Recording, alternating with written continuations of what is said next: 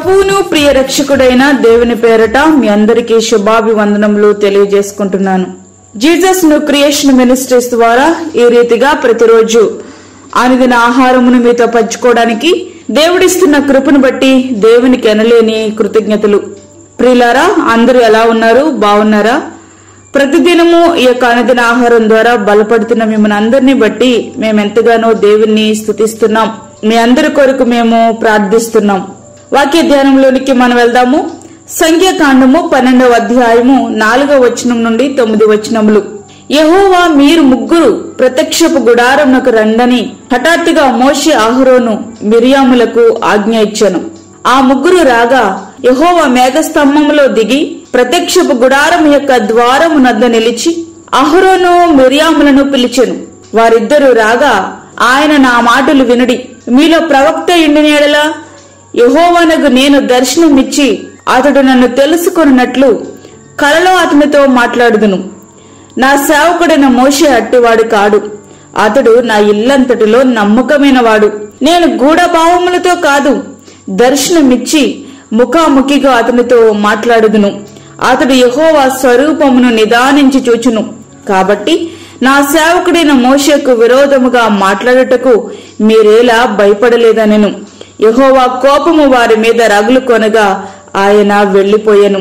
మోషే గారి భార్య సిప్పోరా, బహుశా ఆమె మరణించి ఉండవచ్చు. కాబట్టి మోషే గారు మరలా కూషు దేశపు స్త్రీని అనగా ఇథియోపియా దేశపు స్త్రీని ఆయన వివాహము చేసుకున్నారు. ఇది ఆయన సహోదరుడైన అహరోనుకు, సహోదరి అయిన మిరియాముకు నచ్చనట్లున్నది. అందుచేత ఇదే అదునుగా ఆయన నాయకత్వానికి వ్యతిరేకంగా మాట్లాడడం ప్రారంభించారు. వారికి ఇవ్వబడిన పదవులతో వారు తృప్తి చెందినట్లుగా లేరు. ఆయన నాయకత్వానికి లోబడి పనిచేయడం వారికి ఇష్టం లేనట్లు వారి మాటలను బట్టి మనము అర్థము చేసుకొనవచ్చు.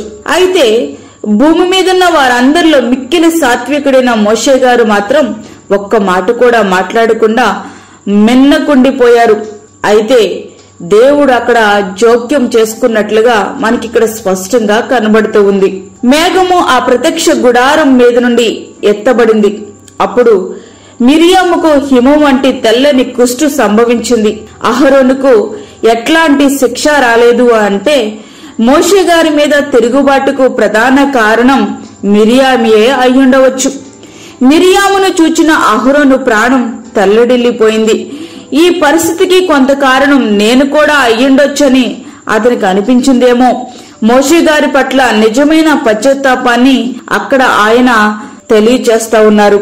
మోషే గారిని అహరోను గారు ప్రభువా అని సంబోధిస్తూ సగ మాంసము క్షీణించిన శిశు శవం వలె ఆమెను ఉండనీయకమని మోషే గారిని బతుమాలుతున్నారు. అంటే నేరుగా ఇప్పుడు ఆయన దేవుని ప్రార్థించే సాహసం చేయలేకపోయారన్నమాట. నా మీద తిరుగుబాటు చేసినందుకు ఇట్లానే జరగాలి అనే మనసు మోషే గారిలో ఏ కోశానా లేదు. ఎలుగెత్తి దేవునికి ఆయన ప్రార్థిస్తున్నారు, ప్రభువును బతిమాలుతున్నారు. తన సహోదరుని బాగు చేయమని ఆయన బ్రతిమాలుతున్నారు. ఆ ప్రార్థన ఆలకించిన ప్రభువు పాపము క్షమించబడినప్పటికీ దాని ఫలితం కొంతకాలం అనుభవించవలసి ఉంటుంది.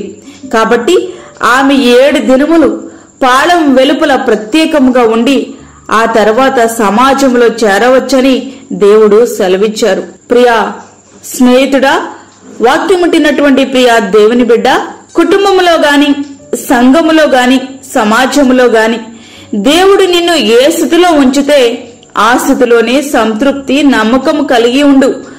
ఆధిక్యతల కొరకు గాని, ఆధిపత్యం కొరకు గాని ప్రాకులాడవద్దు.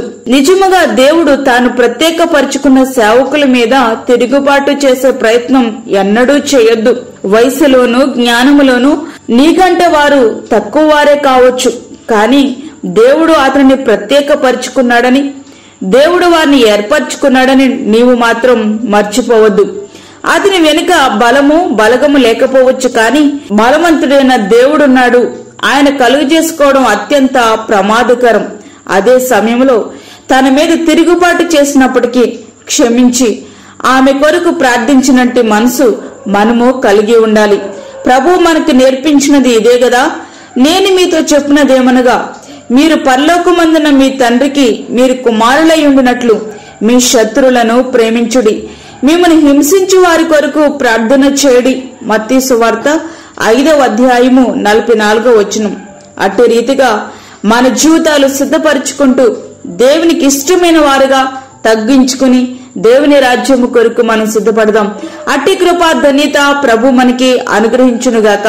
ఆమేన్. వాక్యమైన ప్రియ దేవుని బిడ్డలారా, ప్రార్థనలో ఏకీభవించండి.